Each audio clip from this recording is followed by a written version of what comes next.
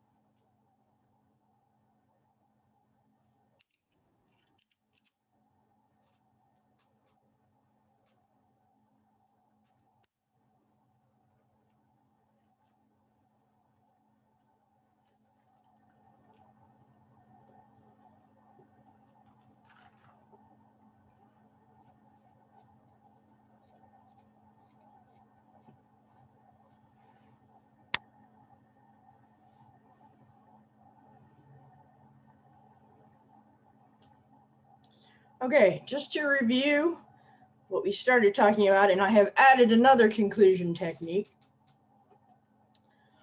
because I think the one that we talked about yesterday, that connecting to what's going on in the present day. Now, sometimes that can make the article dated. So the one that I was talking about yesterday, where they found the Alaska travel photos, they connected it with COVID. Now that article might seem a little dated later on, but at the same time, it's still dealing with that universal quality that we were talking about, the sense of community and nostalgia that sort of drives us. I mean, the COVID pandemic will pass, it will, but that idea that being able to see pictures and memories about people who have gone on, or times that have passed, that pretty much is consistent about human beings, at least so far as I've found. That sense of community. Okay.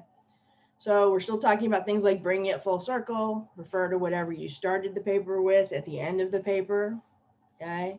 Suggesting something that your audience can do if you really wrote the paper to encourage them to vote for something or support a policy or run for office or whatever it might be. The connect with the present day, speculate on the future, like what is possibly going to happen if we do take action, if we don't take action in the future.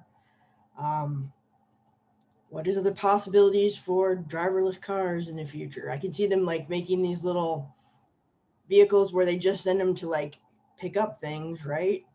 So you just send it to Walmart to get your grocery order. It's totally, without a person in it. It pulls up, it's got just enough storage space to put your order in. Then it drives back to your house, parks in your garage. I wonder if it'll be able to unload itself. Probably not for a while. Also use the intro technique. Some of them work as conclusions, right? A quote that wraps up the discussion, a description that illustrates what might be lost, a reminder of the common values that both sides of your argument share. So, if you have not already, please post a link to the conclusion technique that you have found so we can look at a few more examples.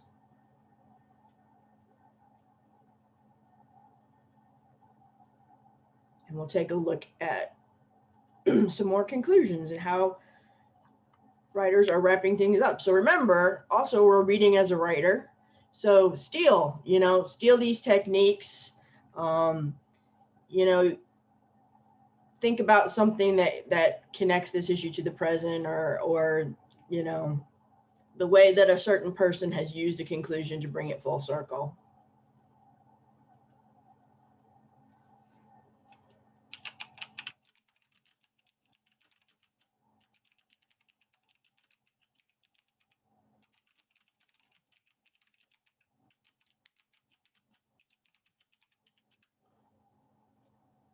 All right, who's got one for me? Drop it in the chat. We'll take a look.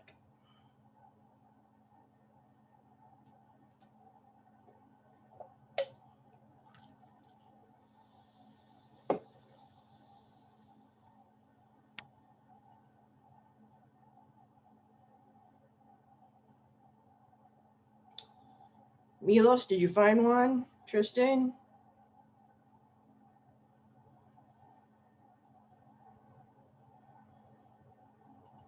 Sure, that's fine.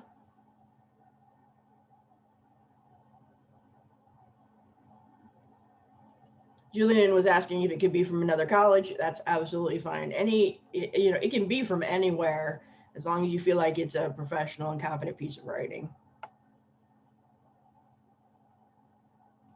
Oh, this might be a good thing for all of us to look at, yeah.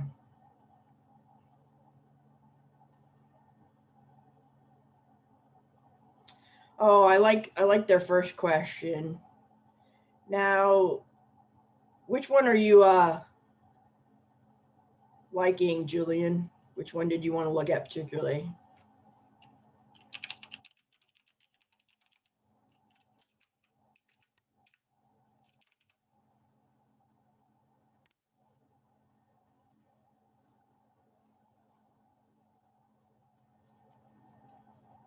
The So What game? That's my favorite one. Why are you telling us all of this? If you don't have an answer to that, chances are we're not going to read your writing because there's nothing in it for us. So basically, you're asking, what is the point of all of this? What do you want us to do? Why should anybody care? Yeah, all of those are excellent questions. And when you answer that question in your conclusion paragraph, then you wrap things up for us. Okay. So basically, in this case, they were saying education was important to Douglas. Let's see. Are they introducing the topic up here? Your friend says, so what? Well, it was important because it was key to him feeling like a freed, equal citizen. Why should anybody care? It's important because plantation owners tried to keep slaves from being educated so they could maintain control. Is this about Frederick Douglass, perhaps?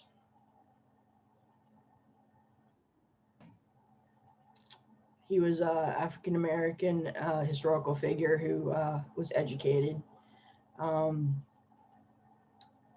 Basically, you're answering that question of why they spent their time and energy reading it, and that's a good conclusion, right? Tell them why what you said matters.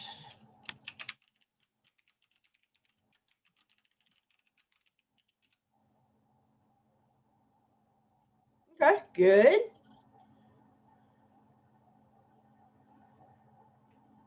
For those of you who were not with us yesterday, everyone, we discussed the conclusion techniques that I have on the screen, or had on the screen here.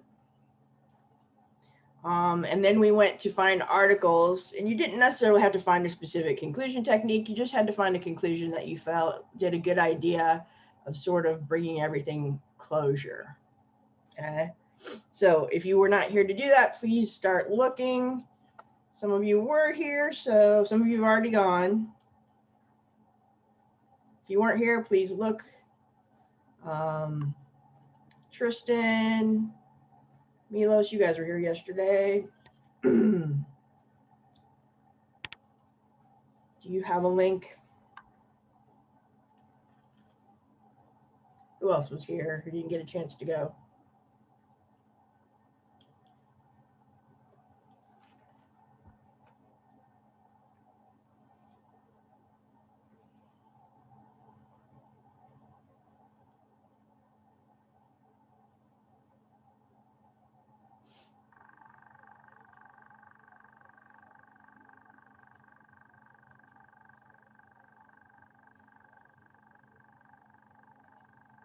So Claire, Jonathan, you may need to take a look on the internet. You just go to your usual news sources or places that you read.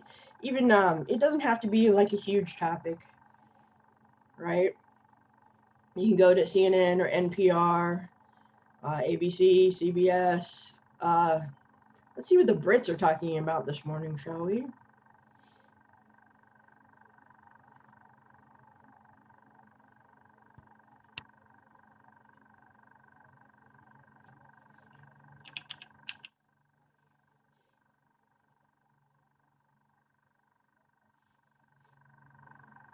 Oh, Claire's got one for me. Thank you. You guys are looking at the college recommendations for conclusions. All right, Claire, what part of it did you want to look at?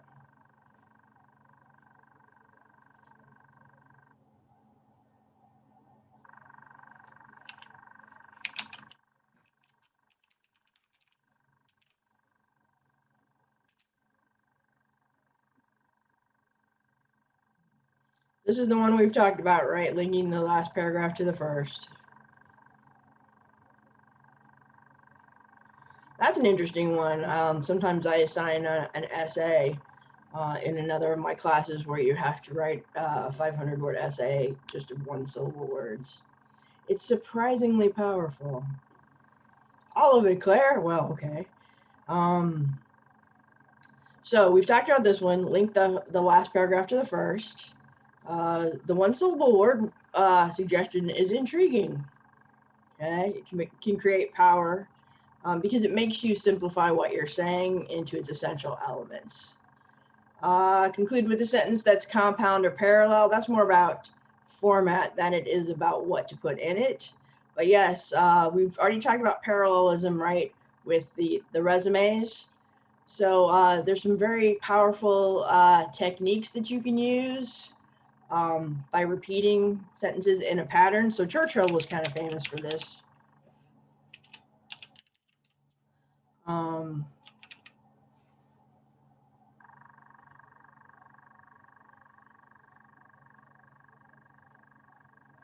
So he's repeating words or patterns, okay?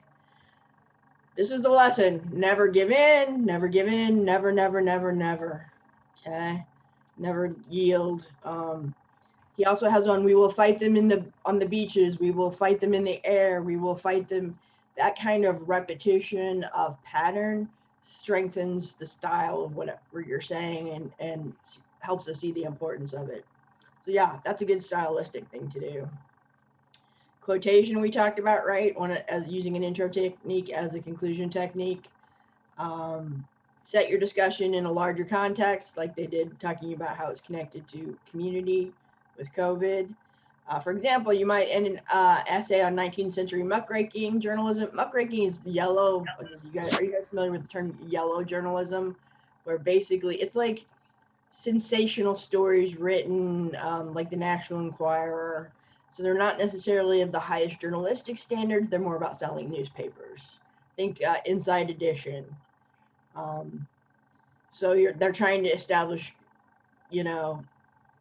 credibility or linking to something that's larger, that talks about the larger picture of journalism while talking about a smaller. So you're talking about a smaller element of your topic, like, let's see, excusing college debt, and you attach it to the larger economy, because a lot of people are making the argument that excusing a portion of college debt for many people would have a huge impact on the economy, because once you relieve them of the burden of making monthly payments, they can take that money and spend it, right? Instead of spending it and it going into just one place, they can take that $100 or $200 and spend it in the economy to stimulate the economy. So that's connecting it to the larger issue of how it affects everything. Okay. And then considering the implication of your argument, what does it imply, involve, or suggest? Okay. Sort of like she did when she was doing the TED Talk, right? When she's talking about the danger of a single story, Adichie. She's talking about how it affects our entire world to have a very narrow, singular view of a place or a person or people. I like their advice on how not to end it too. We talked about not introducing a new topic at the end that you don't have time to talk about, not apologizing for everything you just said. Um, don't just summarize, because that's kind of boring. Like, I have a lot of people, in a short essay who will just sort of restate or even word for word put their thesis as the conclusion. It's just, if it's a short paper, we remember what you said at the beginning. We'd rather have something else as a technique that brings us closure instead of just repeating what you said at the beginning. It doesn't add anything to just summarize it. Okay. It's become cliche to use some of these phrases like in conclusion and in summary or to sum up. We should be able to see you're doing that if you're using a legit conclusion technique. Okay. And there it is. Resist the urge to apologize. If you've done your research, then be confident. Believe in what you're saying. All right, come on. Couple people. Let's see what the BBC is saying today.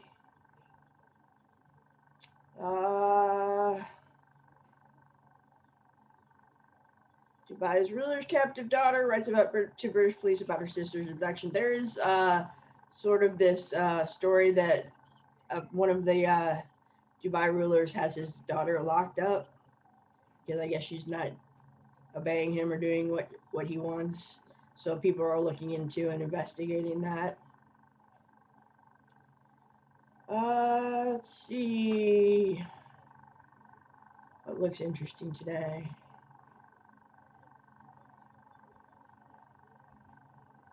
Oh, this was big. Facebook blocked Australia because they passed this law. And essentially, they wanted Google and Facebook to pay for news content on their platforms. So a lot of times they'll kind of do what we call scrape information. And so your Google search comes up with the most popular links, and they're sort of using those on their platform to give you news from other people. Okay. And of course, they don't want to pay for that, right? So Facebook blocked news in Australia as a result of them enacting this law. Let's see what their conclusion says.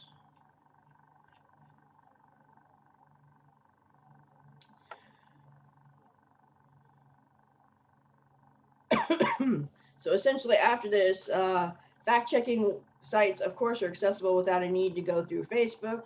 However, Russell Skelton of ABC's Australia Broadcasting Corporation fact-checking project with MIT University points out that the ban affects precisely the audience that fact-checkers want to reach. Some 11 million plus Australians use Facebook as their primary source of news. So when you block news on Facebook, you're blocking news. So this is talking about the wider implications of it, of their decision to block the news to Australia because they're mad because Australia wants them to pay for the news that they're posting on their platform. Facebook's action has certainly prevented us from engaging with a more diverse audience who do not come to, So for those of you who don't go to CNN or NPR or a regular news site just as a matter of course in your day, sometimes if you're on Facebook or Twitter, things pop up and that's how they reach people with information, right? Thank you, Milos. Let's see. You guys I'd rather see some articles that talk with a specific introduction technique, okay? But I do want to see what they're saying about. And with a quotation, we've talked about invite the reader to go in a different direction. Where do you want them to go? That's like suggest a course of action. Finish with a dollop of something different. I like the word dollop. Circle back to the beginning. Yeah, these guys are just mainly talking about stuff we've already talked about. I'd like to see some articles that have actual conclusions in them.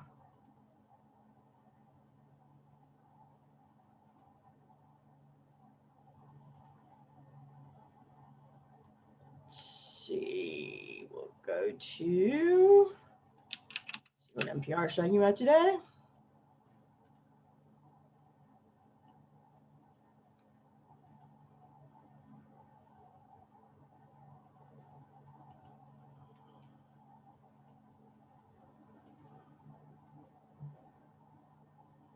see.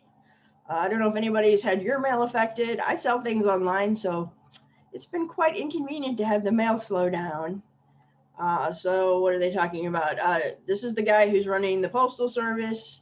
There are charges that he deliberately slowed the mail down in order to prevent mail-in ballots from arriving. Others say he's just trying to make the postal service more profitable by streamlining it and running it like a business. So let's see. This is basically they're questioning the postmaster about what he's done because it has demonstrably slowed the mail down, whatever the intentions behind it were. Customers of the Postal Service have been experiencing the worst service in decades in the last couple of months.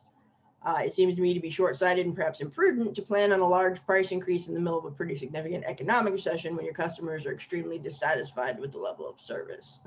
So I guess they're talking about another price hike, which they usually do every January. They already did it this beginning. In a statement before Wednesday's testimony, DeJoy said, "This work is not only needed, it's long overdue. After we finalize our plan, we look forward to sharing more details in the coming weeks." He doesn't have a great track record. So yeah, they're ending it with this quotation that basically says, well, we've got a plan and we'll let you in on it soon. Okay. So they've kind of wrapped up what the issue is with the problems that have been. And now part of this is the pandemic, and a lot more people are shipping packages online, and then people at the Postal Service who are sick and had to quarantine. So that affected the workforce. So, there are some outlying influences that have caused these difficulties. But some of the changes he's proposing, I think, are also of concern. So again, this is ending with a quotation that sort of sums up the issue and what's happening about it.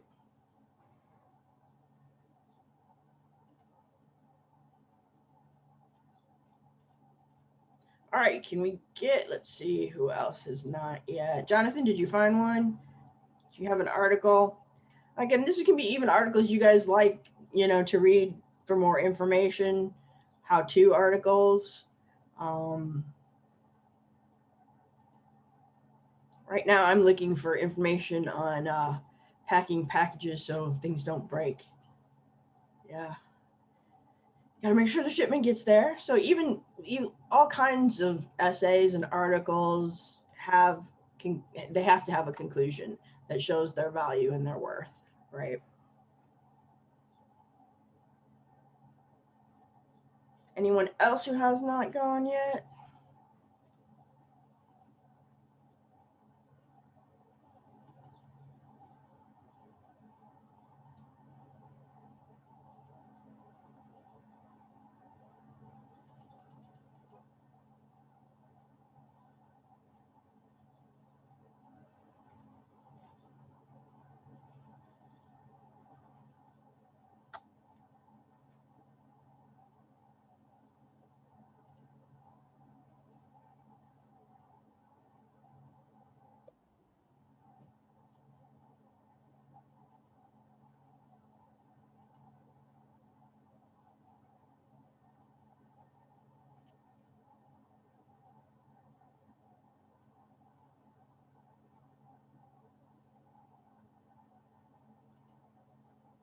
All right, I'll see if I can find you guys some more examples.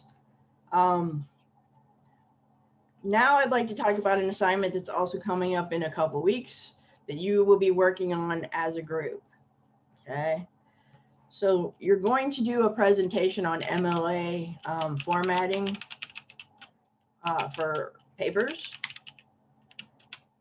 And as a group, you're going to introduce and cover how to use MLA. So it'll be like a how-to for us, where you explain and at the same time learn how to use it for your own papers. Okay. So this is the assignment. I'm gonna just randomly assign you groups here in a moment. For this presentation, your group is expected to guide the class through using MLA style for a paper.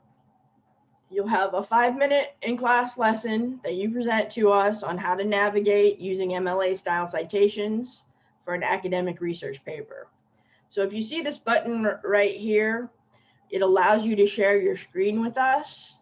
I don't know. I think I had you guys do it early on. If I didn't, we'll run some tests with it so you can get comfortable with it. But basically, I have allowed everyone in class that if they, to share their screen if they need to.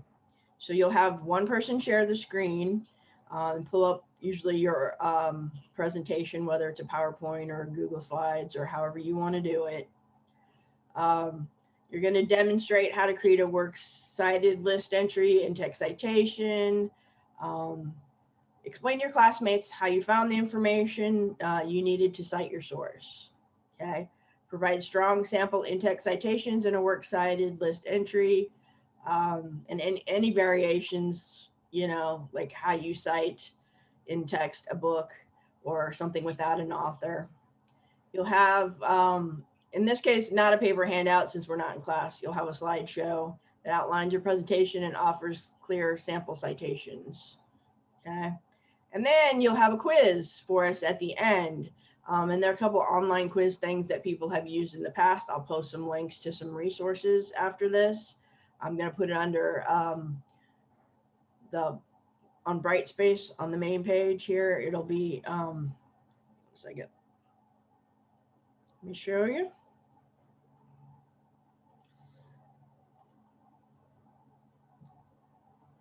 I already posted the instructions under announcements, and I will add some more resources to it and possibly another more information in the activity feed.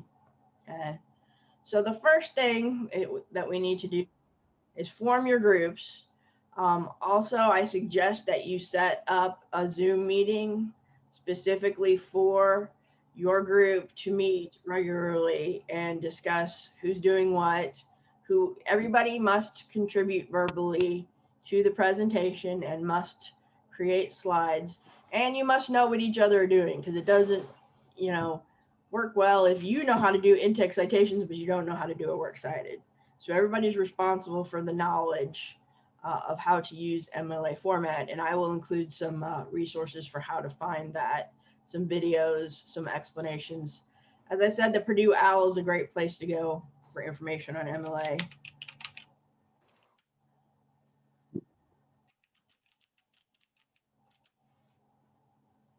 So they have a whole formatting and style guide. They also have some videos.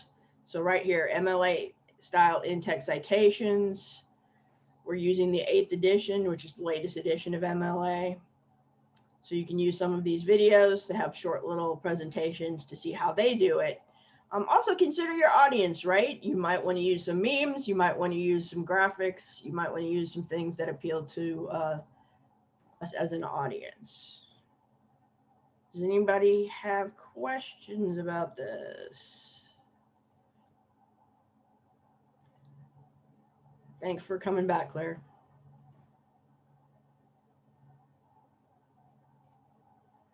So what I'd like you to do, I'm going to assign you just random groups in the breakout room so you can discuss.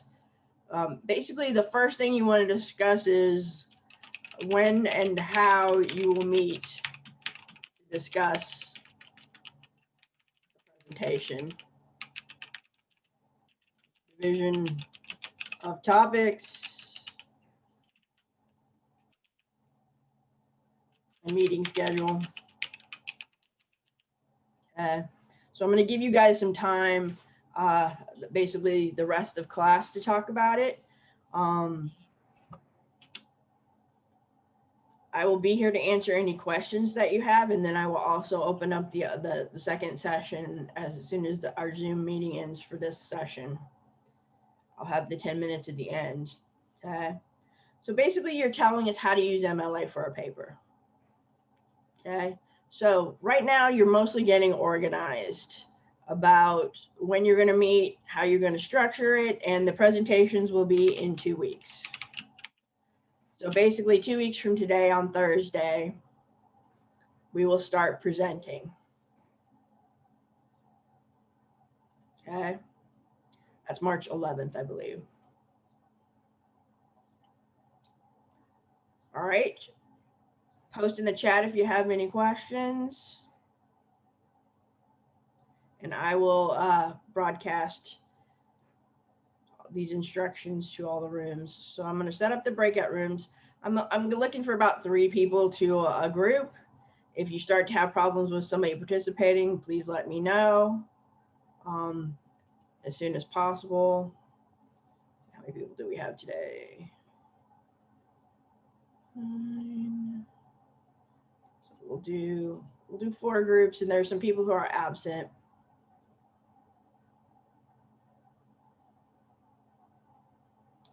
Okay, I'm going to assign you to rooms. Please work with your group to set up a schedule for working on this oral presentation.